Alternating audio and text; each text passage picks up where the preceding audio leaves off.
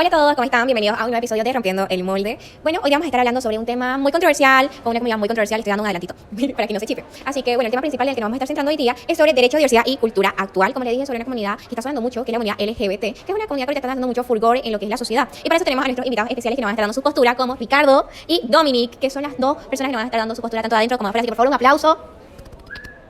Bueno, ahora, antes de comenzar, siempre me gusta recordarle que este es un espacio en donde podemos estar cómodos, comentar, decir, hablar, charlar, reír, sobre todo chismear y más que nada aprender sobre los temas que están sonando. Así que comencemos por favor con Ricardo, que bueno, te voy a estar diciendo unas preguntitas que son unos puntos que vamos a estar tomando en el podcast de hoy, comenzando con lo que es, bueno, con lo que causa mucha confusión en lo que es la sociedad actual, de lo que es o de qué trata el sistema de familia tradicional. ¿A qué nos queremos referir o a qué se refiere eso? Bueno, la familia tradicional, exactamente tenemos que empezar hablando por la estructura, que es biológicamente un hombre y una mujer. Por medio de ello se da la procreación de los hijos y eso es conforme lo que es una familia tradicional, donde se puede dar el desarrollo de sus actitudes para que puedan ser útiles a nuestra sociedad, que sean algo productivo y bueno, tengamos un bien común. Eso sí. Ok, entonces lo que es un sistema de familia tradicional es un hombre y una mujer, a eso nos referimos. Vale, entonces dominemos un poquito más a entender a qué se refiere actualmente, porque eso ya es algo que está como medio nubladito en esta. Claro, porque conforme avanza la sociedad, si bien es cierto antes conocido, como decía Ricardo, hoy en día, bueno, la ley ampara a todas las familias. Es decir, que en todo caso, sujetándonos a lo que fuera antes, que era hombre, mujer e hijos, pues dejaría de lado a las madres solteras, padres solteros, y también a las parejas de igual sexo, ¿no? Porque en el sistema de ahora, tanto jurídico, social y psicológico, se reconoce a la familia como un grupo de personas que están apegados tanto de forma emocional como estable, es decir, de que conviven en un mismo sitio. Así que se basa más que todo en los valores, que son el respeto, la igualdad, el cariño. Entonces, se podría decir que ser de diferentes, identificarte de diferente género o de diferente forma, o tu gusto sea diferente, no te deja fuera de la familia tradicional, porque está dentro, ya que las personas que se identifican así nacen de estas mismas. Entonces, ya ahí es donde se distorsiona un poquito, bueno, ya se aclara más, mejor dicho, lo dijimos que está medio nubladito ahí, en donde el sistema de familia tradicional se basa en los valores, el amor y el respeto por la otra persona, ya no exclusivamente por el género. Bueno, ahora tocando un poco más a entender, hay otro punto que me gustaría aclarar que es sobre la religión, ¿ya? Sobre la religión, en donde, cómo afecta a las personas que están dentro de este círculo, o bueno, dentro de esta comunidad, cómo se lee el sistema de religión para ellas, si afecta en algo en su cuerpo, en su mente. ¿Qué? Ricardo, aclarando un poquito en eso. En ese aspecto, el colectivo LGBT creo que tiene hartas formas, o bueno, ejemplos, hay algunos ejemplos donde hay personas seguramente que se pueden sentir vulneradas por no sentirse aceptados dentro de su credo, o bueno, alguna forma de creencia puede disminuir o puede afectar con lo que es su identidad de género, o bueno, lo que ellos sienten como gusto sexual. Pero en este ámbito quisiera más que me pudiera hablar Domi, ya que ella me puede hablar de ejemplos y bueno, de algunos momentos o personas que tienen este problema o eso. Claro, ¿sabes? Es curioso, Ricardo, porque incluso la misma religión predica lo que es la igualdad, el amor, el respeto, ¿no? Es decir, de que no haya ningún tipo de discriminación dentro de esta misma. Por ejemplo, dentro de la misma Biblia que predica la Iglesia, lo que decía el Papa Francisco, que en el libro de Hechos habla sobre que Dios ve a todas las personas iguales, no hace excepciones, como igual el amor al prójimo, ¿no es así? Entonces, no nos basaríamos simplemente por etiquetas sociales, o bueno, eso. Ok, bueno, ya nos está haciendo entender un poco más, así que nada, yo me quedo muy sorprendida, yo pensé que afectaba, va a disculparme, no, pero yo pensé que afectaba lo que era lo religioso con esta comunidad. Ahora, quiero entrar en un ámbito un poco más, bueno, un poco más educativo, ¿ya? En este momento quisiera un poco más la posición, bueno, el punto de Ricardo, de cómo se implementa o cómo es lo que es la educación sexual actualmente en lo que son los colegios, tanto académica como médicamente. Bueno, en esta parte de la educación sexual creo que es muy prioritario hacerlo desde temprana edad, como también en las universidades, tanto primaria, secundaria y bueno, las universidades. ¿Por qué? Porque es una información muy importante saber del colectivo LGBT, ya que así podemos erradicar toda la violencia o no la comprensión de esta forma. ¿Por qué? Porque hay personas que no tienen esa conciencia, bueno, ese contenido hacia ellos, de esa forma pueden generar violencia, o bueno, no pueden estar de acuerdo o pueden sentir que esas personas del colectivo LGBT son inferiores a nosotros. Y no quiero decir que seamos normales, pero creo que se entiende un poco lo que es un poco raro para ellos y es importante hacerlos comprender que no hay ninguna rareza, sino que es una forma de percibir que hay que respetar su forma de identificación y bueno, su gusto sexual. Ok, ahora hablando un poco más, motivo un poco más profesional en el ámbito médico, quisiera que me den una opinión, porque yo he escuchado ahí, por muchos lugares se rumora de que el apoyo de los padres a estas personas, tanto de los niños desde temprana edad, como tú me estás diciendo, que se sienten identificados con otro gusto de manera sexual. Entonces, un gusto de manera sexual muy distinto y que tengan la opción de hacerse una cirugía o algo. ¿Cómo puede afectar tú? Bueno, explícanos un poco más de eso, porque yo creo que eso no está permitido, hacerse algo en donde luego te puedes tú arrepentir tanto desde temprana edad. Hablamos de esta parte. Los menores ya no pueden tomar ninguna decisión, ninguna forma de actuar antes de los 18 años. ¿Por qué? Porque puede ser muy perjudicial para ellos una operación estética o bueno, una operación que tenga que ver con su género o bueno, con su sexualidad, haciendo que los padres tengan que tener mucha responsabilidad en esta parte, ya que el artículo del Código Niño, Niña y Adolescente nos dice exactamente que los padres tienen que velar por la salud y sobre todo la seguridad de nuestros niños. Entonces es algo muy arriesgado y algo que no se debe cometer antes de los 18 años, que es donde una persona ya puede percibir sus decisiones, que tenga que tener la responsabilidad y bueno, ya es una persona independiente de su propia autonomía. Ok, muchas gracias. Bueno, vamos a hacer el cortecito. Vamos a promocionar a Vital, nuestra marca que nos está apoyando desde los inicios de este podcast. Para esas grandes ideas, Nueva Vital 1 litro, con tapa deportiva. Hola, bueno, volviendo de nuestro corte comercial, gracias a Vital por promocionarnos. Bueno, Coca-Cola. Bueno, vamos a seguir tocando unos puntos muy importantes ahorita, ¿ya? Y uno de los que más está sonando, o bueno, más curiosidad igual, causa, y es a qué nos referimos con identidad. Así que podemos hablar de eso un poquito, saber un poco más de a qué nos referimos con identidad en una persona. Bueno, la identidad es cómo una persona se percibe con su autonomía. Y exactamente cuando hablamos en la parte de identidad de género, que es en el tema que nos estamos relacionando en este momento, pues hay una ley que es el 807, donde una persona puede, por los requisitos debidos, cambiar su identidad de género para poder ser o un hombre o una mujer, dependiendo cómo se siente en el aspecto de su vida. Eso es lo que podemos percibir como identidad.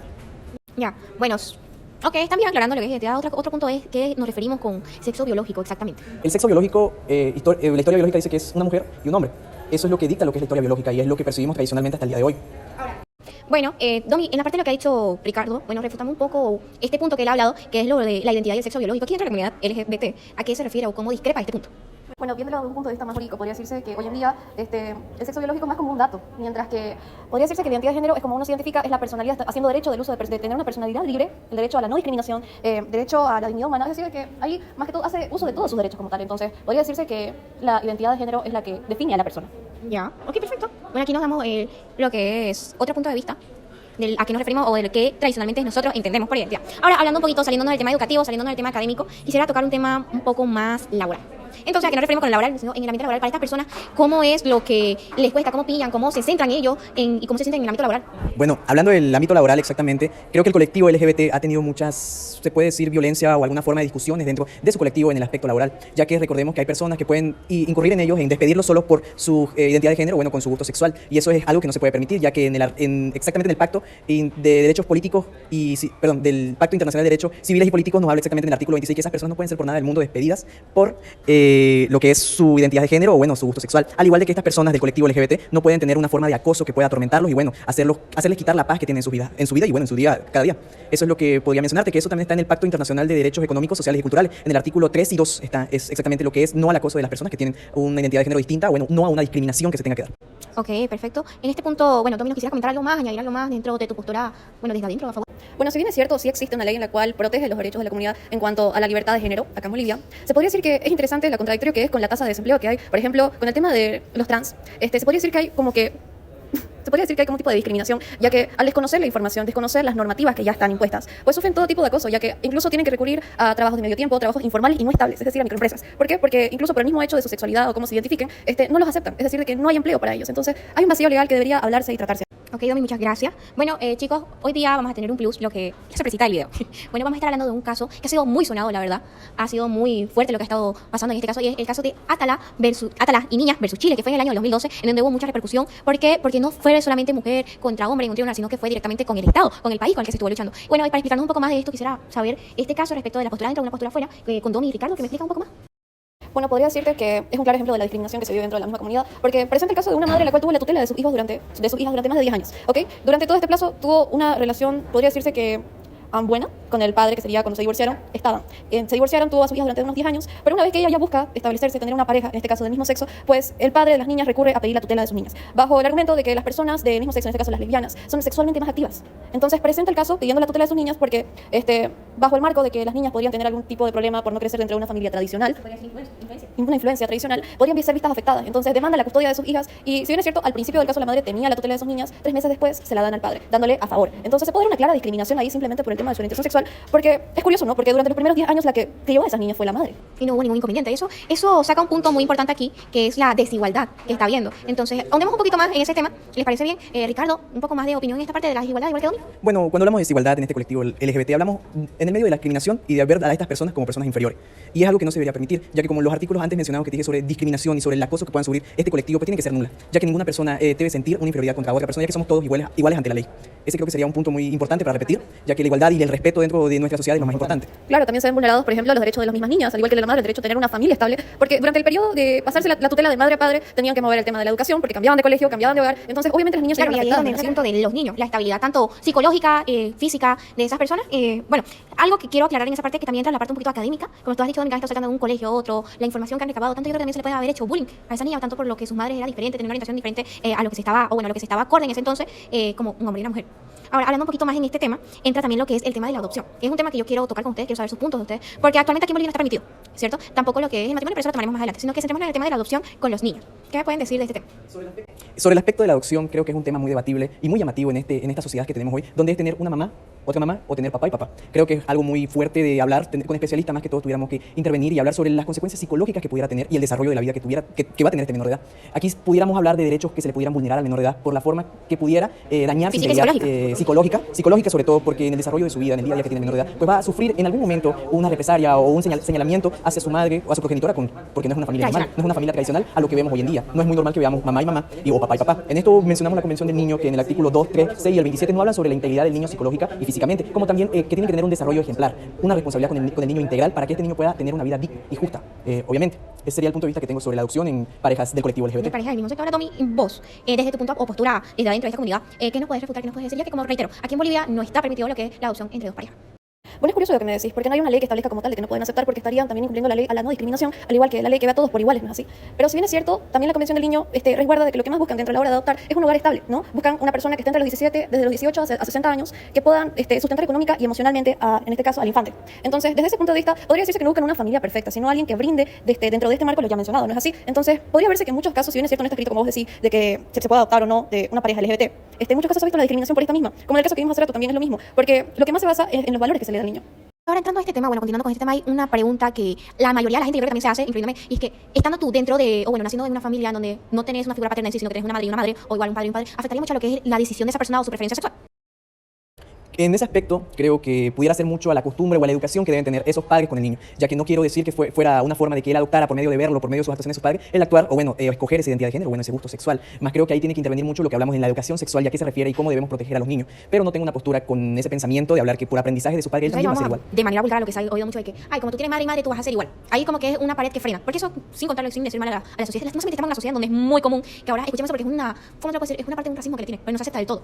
Ahora, entrando ya un poco más de que hay que mamá y mamá, papá y papá, un tema también que resuena mucho que es el matrimonio entre estas personas. Como reitero de nuevo, aquí en Bolivia eso no está aprobado. El matrimonio entre dos personas, sí, está aprobado lo que es la unión libre, que tú tienes la decisión y tú puedes unirte con esa persona en unión libre. Pero así, casarte, no está.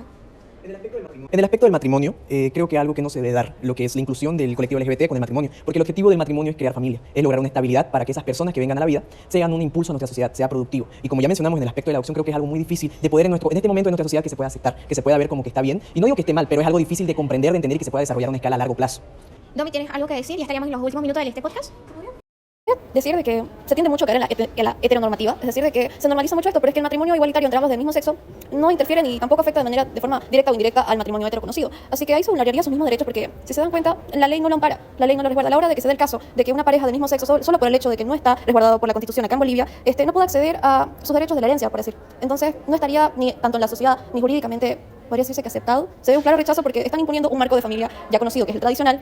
Entonces, yo creo que es algo debatible que todavía falta trabajar. Eso sería todo, chicos, la verdad. Me ha gustado demasiado entender un poco más. Yo creo que ustedes igual hemos conocido un poco más a fondo lo que es este tema de la comunidad LGBT, más disculpar. Así que nada, para cerrar, yo creo que se quieren despedir de cámara. Le damos un fuerte aplauso de nuevo a nuestras personitas aquí que nos están acompañando. Y para terminar, chicos, pues nada, un gusto por acompañarnos. Y tengo una sorpresa para el final, que son unos testimonios de personas que son dentro de esta comunidad, tanto con fuera como adentro, para que ustedes puedan escuchar, entender y saber lo que ellos sienten de igual forma. Muchas gracias por acompañarnos. No se pierdan el próximo capítulo. Adiós. Hola, buenas tardes.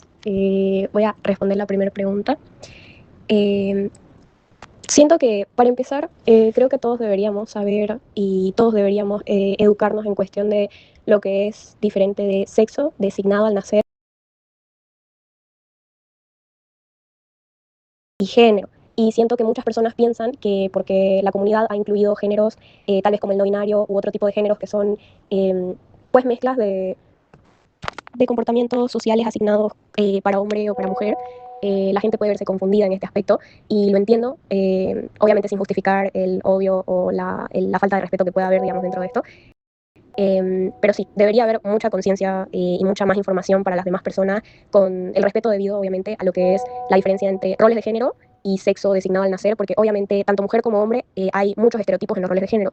Y habiendo varios géneros que son mezclas de ambos aspectos, como puede ser los roles de género designados como hombre y como mujer, como pueden haber personas binarias o no binarias, que no es lo mismo, o personas queer también, que son tres cosas muy diferentes, y siento que debería haber la información suficiente para que las personas puedan estar conscientes de que no solamente son géneros que están ahí por el capricho de las personas, sino porque las personas buscan etiquetarse con algo para poder explicar qué son, porque lastimosamente vivimos en una sociedad en donde si no te etiquetas con algo o si no te explaneas de qué sos o